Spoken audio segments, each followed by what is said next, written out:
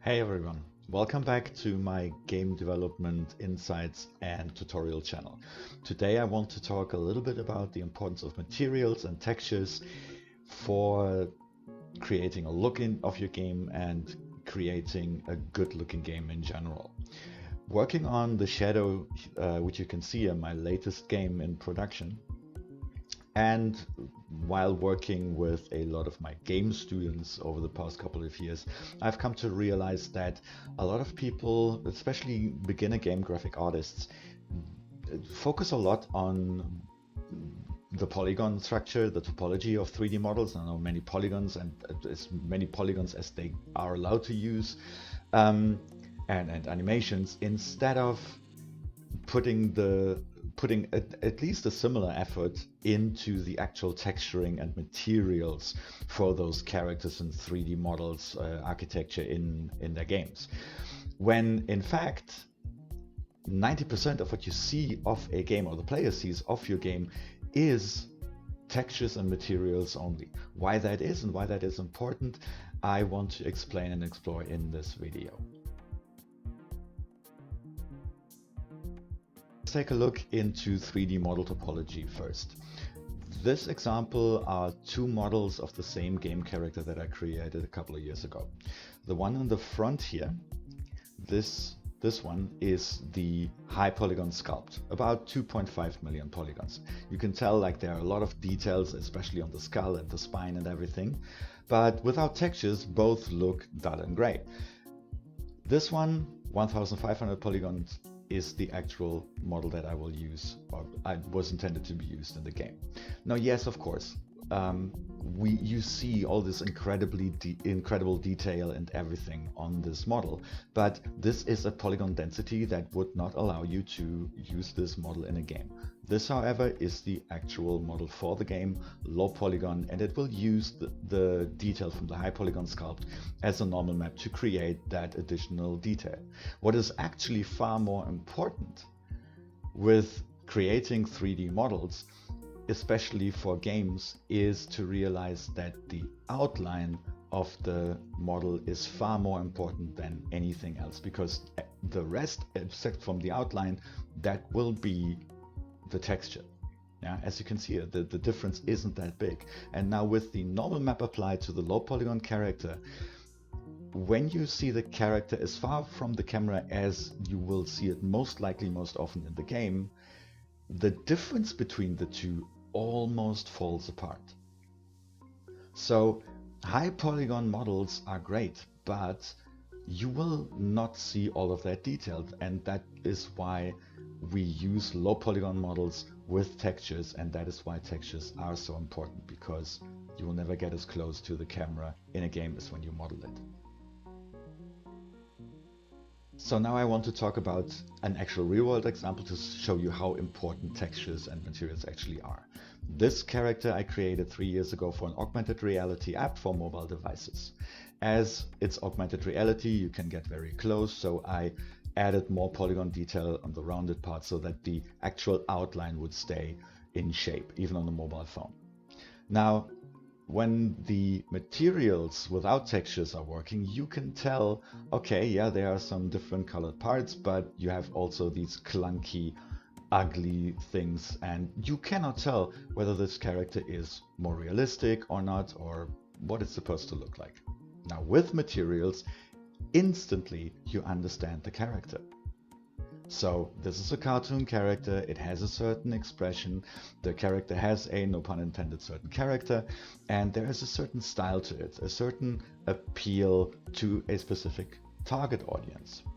And that is why these materials and textures are so incredibly important, and you need to focus on those, in my view, more than actually creating the topology.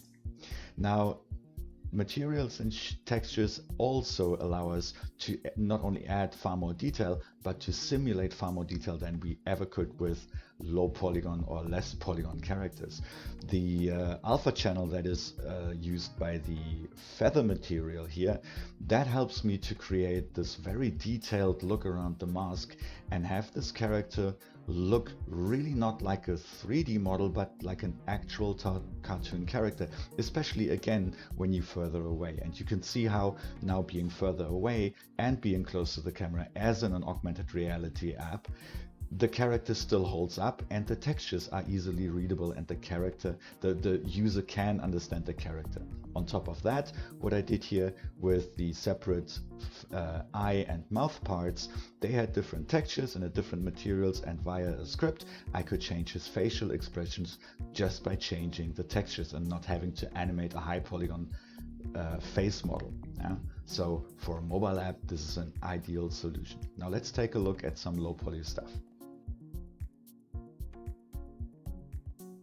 Okay, so now let's take a quick look at the models that I created for the shadow. So as you can see, the structures here are super low poly. I'm approaching the graphics in the shadow as a slightly retro kind of look and appeal, because that is what I wanted to look like. On top of that, in my approach to developing this game, which I'm completely developing on my own, so I have to create the graphics, the coding, the animations, the textures, the level design, everything, I needed to find a way of creating a lot of content, a lot of 3D content in a very quick and feasible way. So first of all, as I'm relying on textures mainly for the look, everything here is low poly and looks really, really bleak when you do not have textured it. The unwrapping of these objects goes very, very quickly, however. I'm not using Substance Painter or something similar like Armor Paint, because those tools are geared towards a more heavily realistic look by nature. So I'm going traditional here and painting into the UV unwrapped coordinates by hand. And this is what the level elements that you just saw in Blender look like in the actual game. And that is why I'm so adamant about spending a lot of time on your actual texturing and working with the materials, and the lighting, of course, in your levels, because everything depends on that. So these are super low polygon models, and if you look at the detail on the bridge, for instance, here, and on parts of the background and on parts of the pillars, the color information in the textures and the effects of the shaders, like the normal map detail and stuff like that, and the self-emitting elements in the bitmaps, create all the detail that the game needs. So that is why in the development of the shadow, I spent at least 5 times the time on texturing and creating the materials and creating the lighting in the levels than I actually spent on creating the 3D models, down to the droids that you just saw. However, it works because of the colors working together, the colors giving hints of what is going on to the player, and we're giving visual clues, and creating this overall look of good materials, but being low poly at the same time. So now in the last segment, I want to go a little bit into textures and shaders and how they come together, especially for those of you who are not that familiar with it or just beginning. Now, everything depends on how your different bitmaps, how the different shaders and the lighting in the level come together to create the look that you want. So in my case, what I do is I create something like a test environment where I have 3-dimensional structures, 3D models, and I build the materials in a certain light setting and try to figure out what I need to change and what I need to do in the textures or the material settings to make the materials and the objects with them look as I need them and want them to. So I usually, in Unity at least, use around 4 different bitmaps per material. Usually that is the normal map for the additional geometric and shadow detail, of course.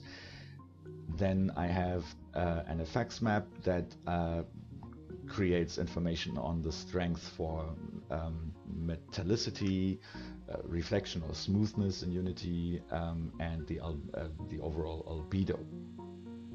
Then, of course, I have the albedo map, the color information or the diffuse map, and then the other thing that I use quite often, especially in the shadow, because it's all around technology and electronics working, that it would be the emission map that helps me to show that there is some energy flow or there's things that are working and actually powered by some system or controlled by a computer.